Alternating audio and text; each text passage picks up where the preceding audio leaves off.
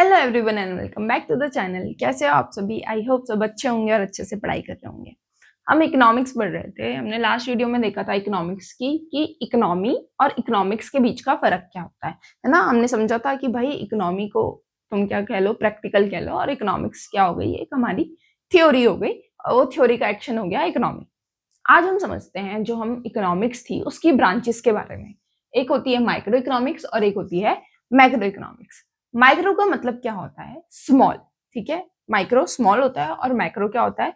Large होता है।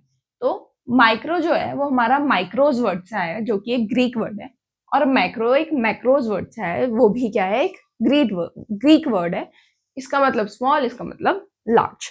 अच्छा, अब जो माइक्रो इकोनॉमिक्स में, उसमें हम बात क्या करते हैं? जनरली उसमें हम बात करते हैं इंडिविजुअल्स के बारे में। ठीक है, इंडिविजुअल सिर्फ मेरी बात नहीं हो रही है।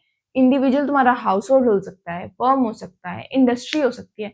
बेसिकली छोटे लेवल पे अगर हम बात कर रहे हैं, अगर हम पार्ट्स की बात कर रहे हैं कंट्री की, कि अच्छा इस कंट्री में अगर हम सिर्फ इस वाले फील्ड की बात करें कि अच्छा ये लोग ऐसे काम कर रहे हैं, कंपनी ऐसे काम कर रही है, या मेरी बात हो रही हो कि मैं रोज कैसे अपने पैसे को खर्च करूं, या कैसे मैं क्या करूं, उन्हें यूटिलाइज करूं अपने रिसोर्सेज को।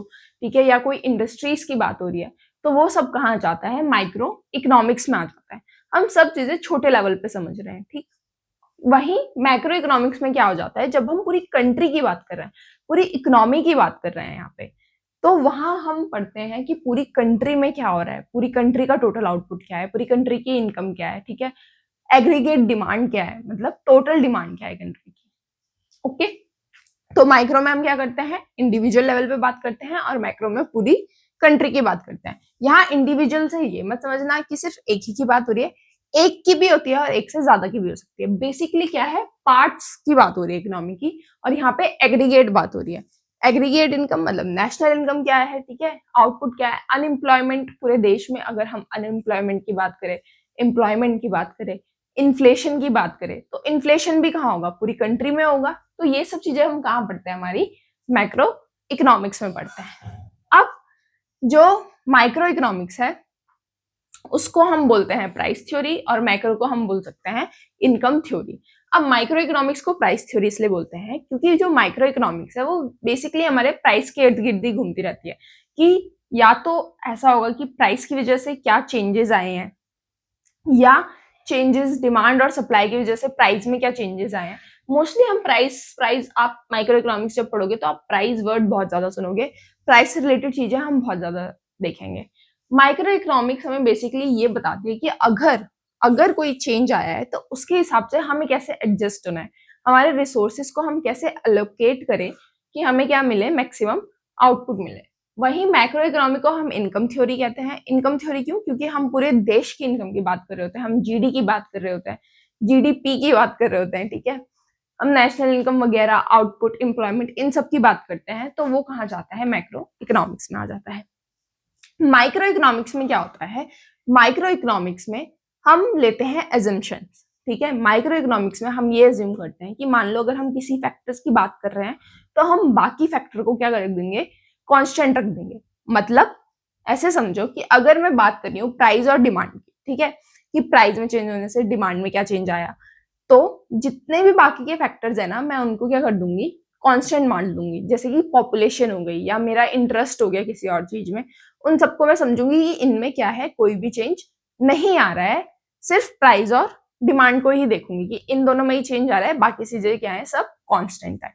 पर मैक्रो इकोनॉमिक्स में क्या होता है? मैक्रो इकोनॉमिक्स में जितने भी वेरिएबल्स होते हैं, ठीक है, जो आउटपुट, डिमांड, सप्लाई, एग्रीगेट, ठीक है, सॉरी, उस लेवल पे, नेशनल लेवल पे, तो उन सब का हम क्या पढ़ते हैं? इंटरडिपेंडेंस पढ़ते हैं, कि वो सब क्या है, आपस में कैसे रिलेटेड है और कैसे इम्पैक्ट पड़ रहा है उनका।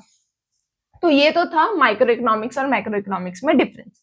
ठीक है, पर ये दोनों हम भले ही इनमें अलग अलग चीजें पढ़ रहे हैं, जैसे इसमें हम फिस्कल पॉलिसी, मॉनेटरी पॉलिसी पढ़ रहे हैं। ठीक है, फिस्कल पॉलिसी क्या होती है? गवर्नमेंट जब कोई भी पॉलिसी बनाती है, और मॉनेटरी पॉलिसी हमारा सेंट्रल बैंक अगर कोई भी पॉलिसी बना रहा है।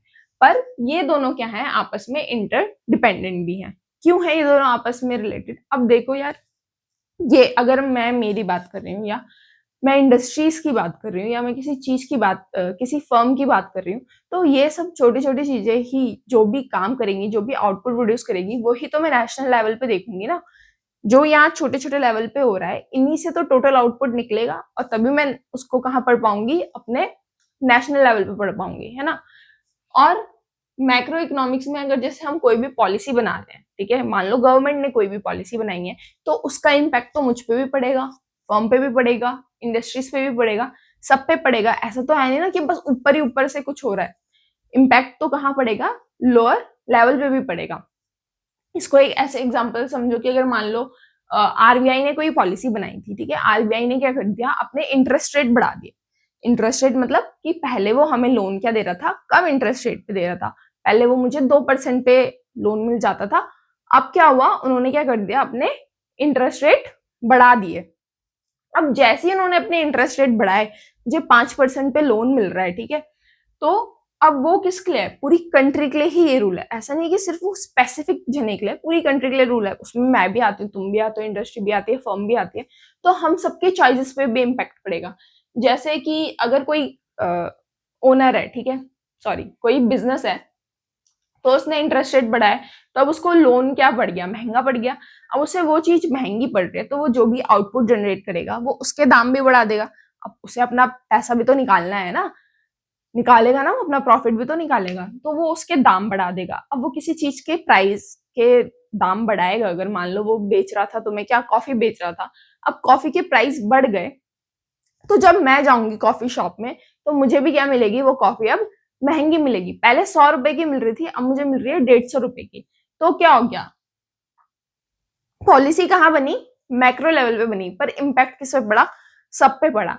ऐसे ही अगर मेरे को वो दिख रहा है कि कॉफी महंगी हो चुकी है, ठीक है, मुझे दिख रहा है कॉफी महंगी हो गई, पर ऐसे मेरे जैसे बहुत सारे लोग जा रहे होंगे कॉफी खरीदने, ठीक है, बहुत करोड़ों में इतनी मिलियन पॉपुलेशन है, सब जा रहे होंगे कॉफी खरीदने, सबको दिख रहा होगा कि यार कॉफी तो महंगी हो गई, तो हम क्या कर देंगे, क्या पता हम स्विच कर दें किसी और चीज में, है ना। हम हो सकता है ना कि यार इतना महंगा कौन दे रहा है, इससे बढ़िया मैं चाय पी लेती हूँ। तो अब क्या हो गया, जो कॉफी का आउटपुट था वो कम हो जाएगा ना, जो उससे जनरेट हो रहा था वो क्या हो गई, इनकम कम हो गई पूरे नेशनल लेवल पे, क्योंकि ऐसे बहुत सारे लोग गए। तो ये होता है इन दोनों के बीच में डिपेंडेंस। यहाँ की पॉलिसी यहाँ इम्पैक्ट पड़ता है, और यहाँ के डिसीजन से पूरा टोटल आउटपुट में इम्पैक्ट पड़ता है। आई होप आपको माइक्रो इकोनॉमिक्स और मैक्रो इकोनॉमिक्स के बीच का डिफरेंस क्लियर होगा। तो मिलते हैं नेक्स्ट वीडियो में नेक्स्ट टॉपिक के साथ। Bye bye.